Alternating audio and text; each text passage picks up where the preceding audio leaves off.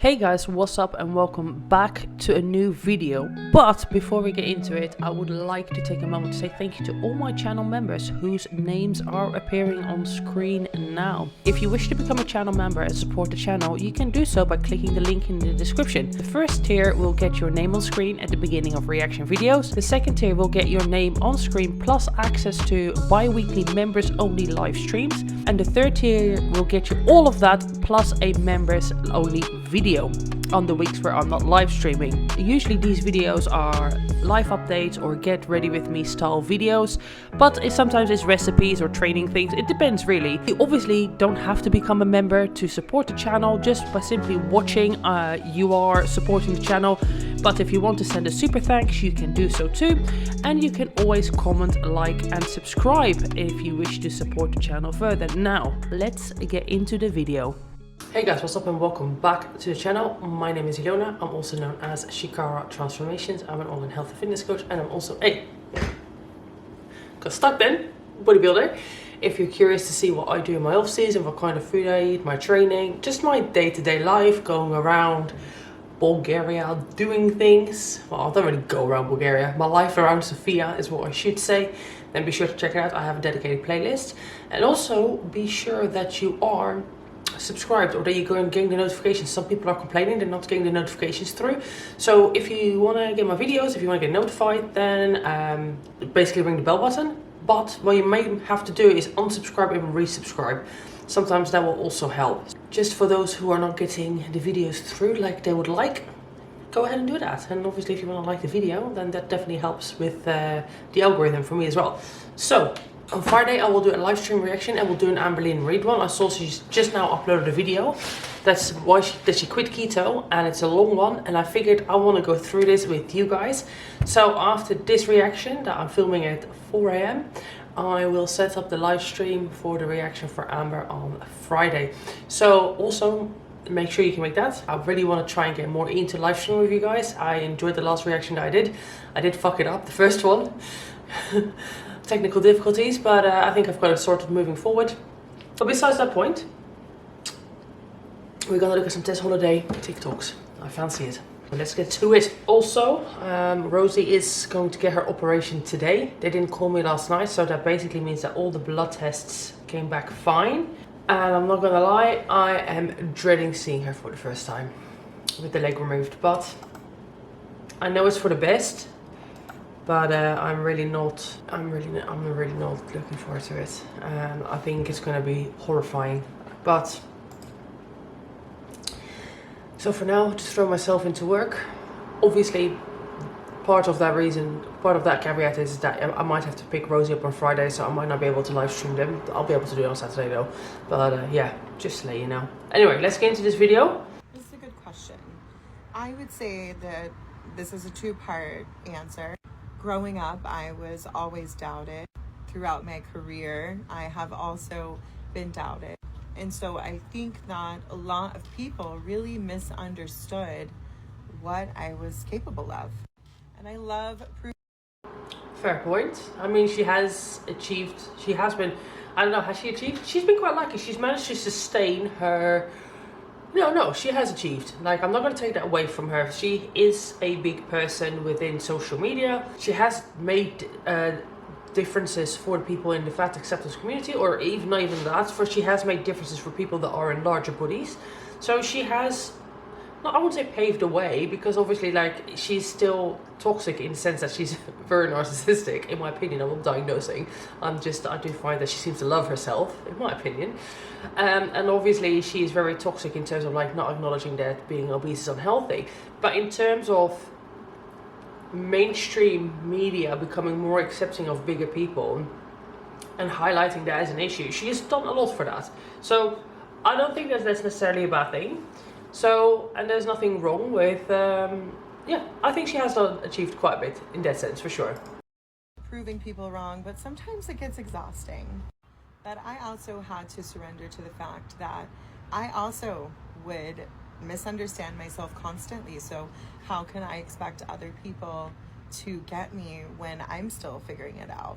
And lastly, I feel like early in my career, especially with some mishaps that I had, a lot of people thought that it was malicious. And I can also understand why people would think that. And it's taken me a really long time to get to a place now where I understand that I'm not owed forgiveness for things that happened that I have no idea what she's talking about here.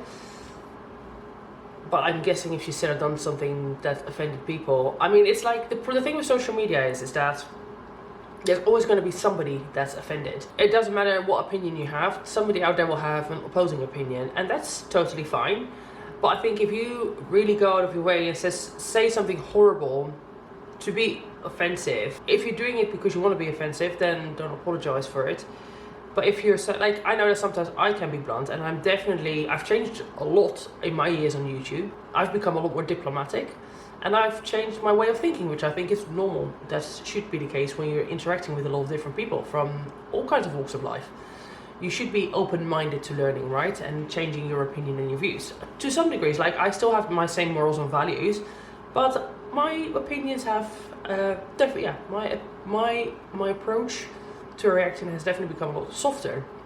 Doesn't, like, bullshit is bullshit, and I'll always call it bullshit, but there's also a way around doing that. But besides that point, I think if you're saying something to be offensive because you're just really steadfast in your opinion or whatever, then don't apologize for it. But if you're saying something that accidentally, or you're doing something that accidentally people get offended by, and you don't realize it's an offensive thing, then just apologize.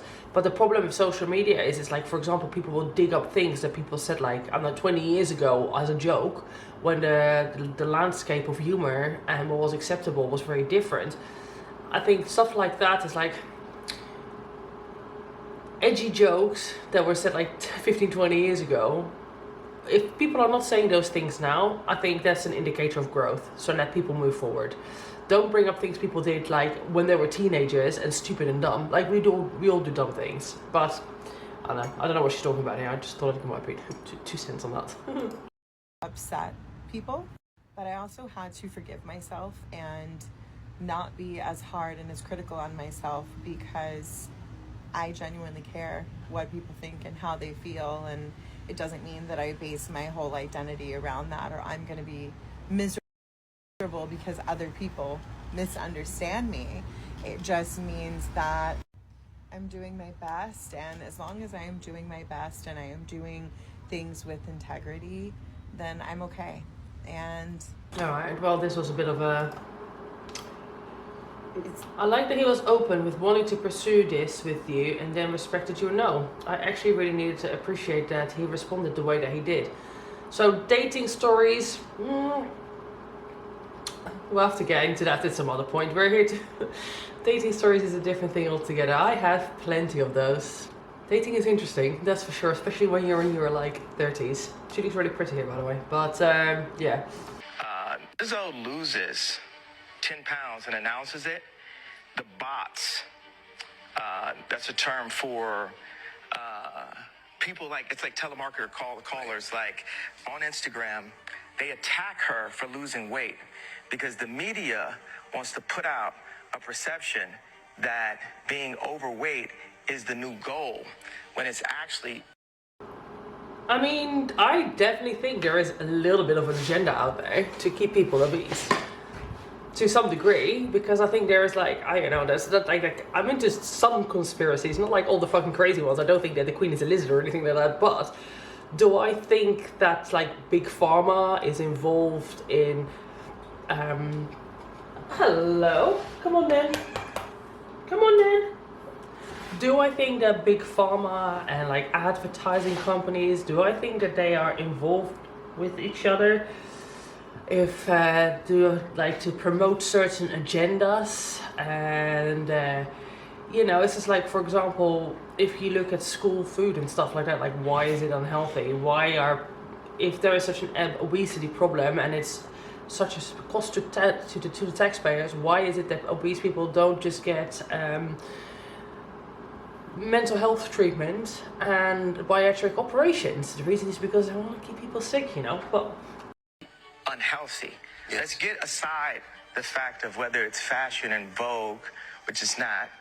Let's just, or if someone thinks it's attractive, to each his own.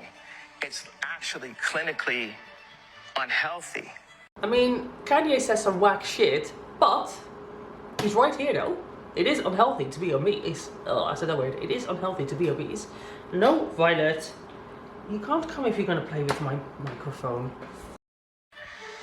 And for people to promote that, it's demonic.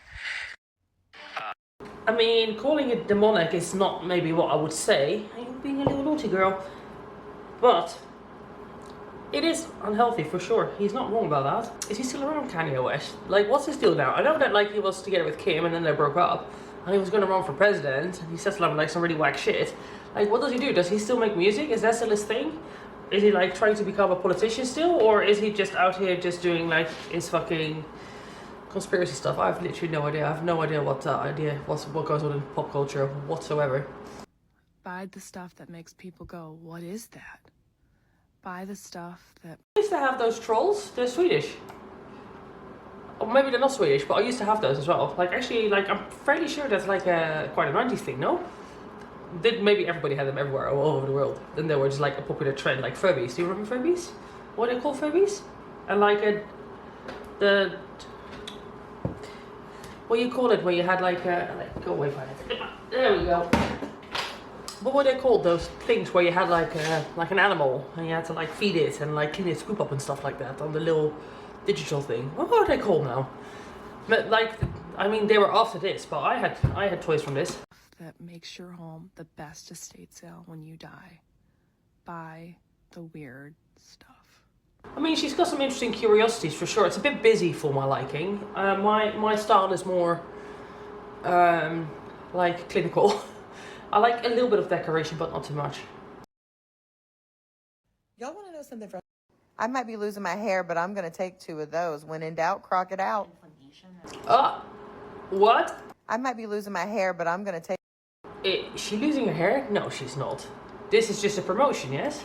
Take 2 of those. When in doubt, crock it out. Inflammation of your scalp itself, hair loss that you're getting. My dermatologist is telling me that I'm losing my hair from being stressed, and it's stressing me out more. I mean, she doesn't look like she's got hair loss problems. Her hair is still pretty full, but I mean, it doesn't mean it doesn't happen. My hair is definitely thinned out as well. And I'll be honest, I don't know if it's because of extensions, because of my age, or because of the fact that I've run a couple of cycles of performance enhancers. It's kind of all started around the same time. Or maybe it's just that I'm so used to having hair extensions that when I don't have hair extensions, this is like, oh, there is no hair there. But I feel like my hair has thinned out from hair extensions. But my hair lady is saying that apparently from I have the keratin extensions, she says it shouldn't make your hair fall out. Like all the hairs that come out are just the hairs that would have fallen out naturally anyway. So I think maybe you just get used to having your hair being so heavy from the extensions that when you don't have it, it feels like your hair has fallen out, but it hasn't. But you know, I'm getting older, so there's definitely some thinning going on, which is normal too. I need to get some more Botox on as well. You might not be able to tell, but I can tell. Every 2 months I have to get it done. It's fucking expensive. I might get my lips topped up as well. I haven't done my lips since June, I think. June, July. So yeah, I think in December I'm gonna go before Christmas, bitch. I'm gonna get my Botox topped up, and I'll get my lips topped up as well.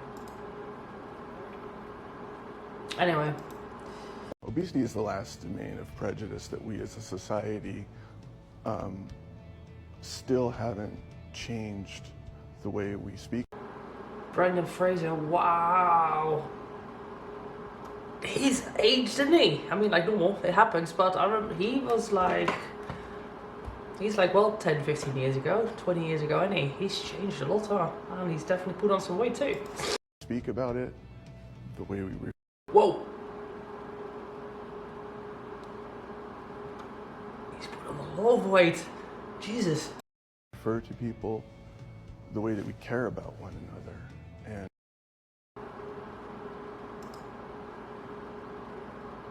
And I'm hopeful that that can change. And I do believe in the power of film and culture to change the conversation. Oh, it's already changing, isn't it? You see like a lot more overweight and like obese main characters in movies nowadays, so it's definitely changing. In a way that allows allows people to open their hearts and minds a bit more. But then, is that a right thing? Is that a wrong thing? Is that promoting obesity? It's a different story altogether, isn't it? Okay, but pleasant surprise. Look at the lighting in here. I look like an angel. It's deceiving, like, when you see her full body compared to her face, like, it's always so deceiving. And that bed she's laying on, like, that's like, she has to go to, like, a special plus-size tattoo shop. Is it normal to have beds like that? Like, normally when I go to tattoo shops, or whenever I've been, I haven't been in quite some time, but they're just, like, small beds. This is, like, a fucking industrial... This is, like, made with industrial metal, you know? Like, obviously, because it won't support her otherwise, but... Crazy. Okay, but pleasant.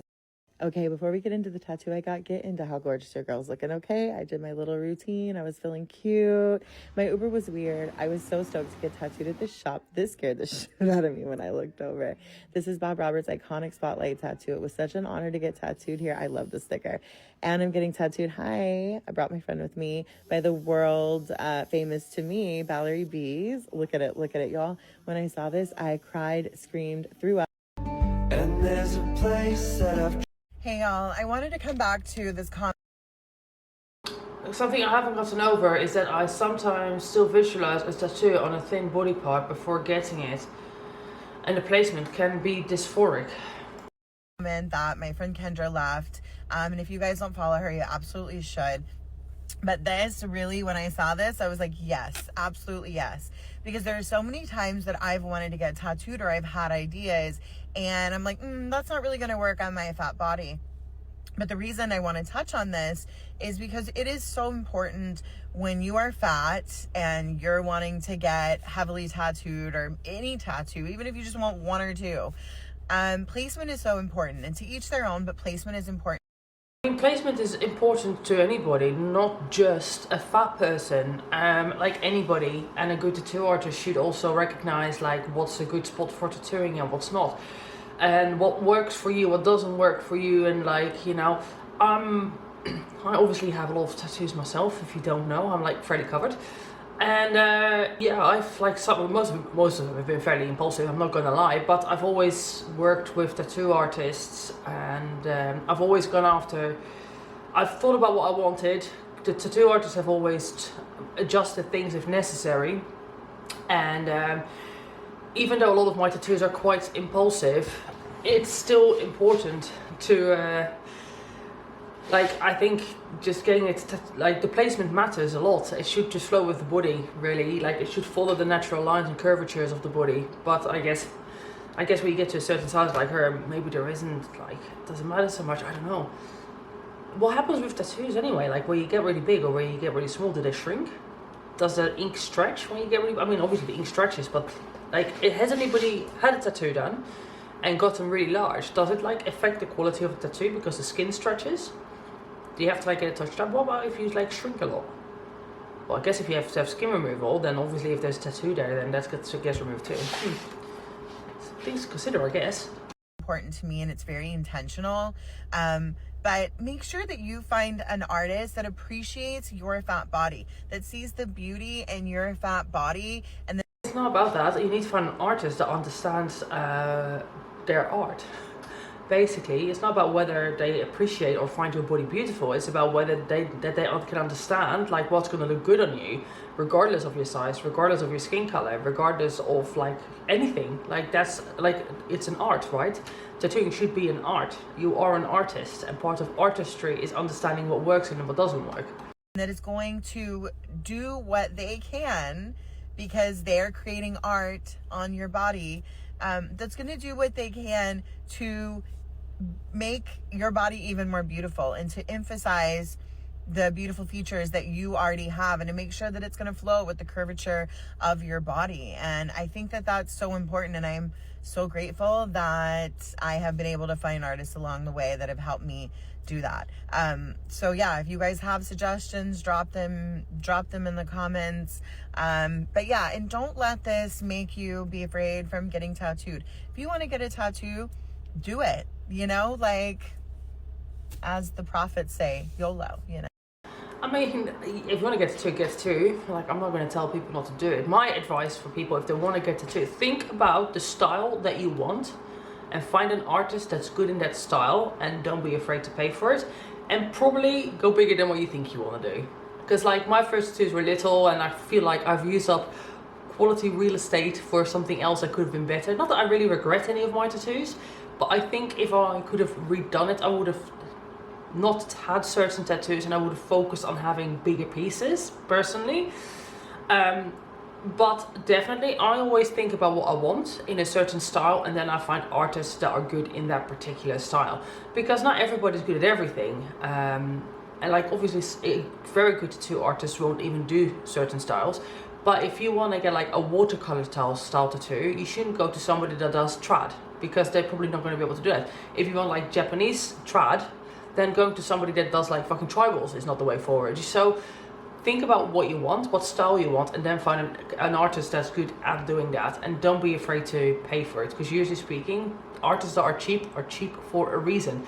That shit's gonna be on your body forever. Same with fillers or plastic surgery. If you're gonna do it, just pay for it, because these people are fucking around with your body, and that can cause potential like anything can cause side effects, obviously, but the chances of infections or things going wrong are significantly increased. So just pay the money, save up a bit longer. We ain't carbon pumpkins this year. No, your girl just... Y'all, we have to talk about this New York Times article that came out today. Literally, the title is "You Don't Look Anorexic." No, you don't. I mean, I understand this whole anorexia thing where like you can become anorexic at a larger size before you become malnourished. But if you are actively overeating and you're not in a position where you're either binging and purging or actually starving yourself or are heavily restricting, and fat bodies don't repulse you, you are not anorexic. Those are literally the key points of anorexia. Literally. I mean, that doesn't mean that you can't be overweight when you start off with the disease, but those you need to tick those boxes.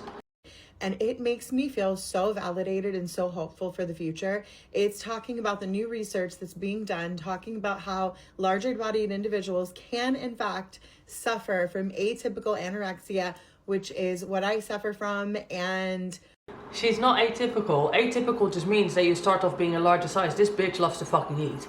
You see her eat all the time. She has no problems being big. Being fat doesn't repulse her. She loves being fat. You are not anorexic. The whole part of anorexia is being discussed like having a fear of fat, almost, like literally. So what are you talking about? We're going to get into some of my favorite parts of the article.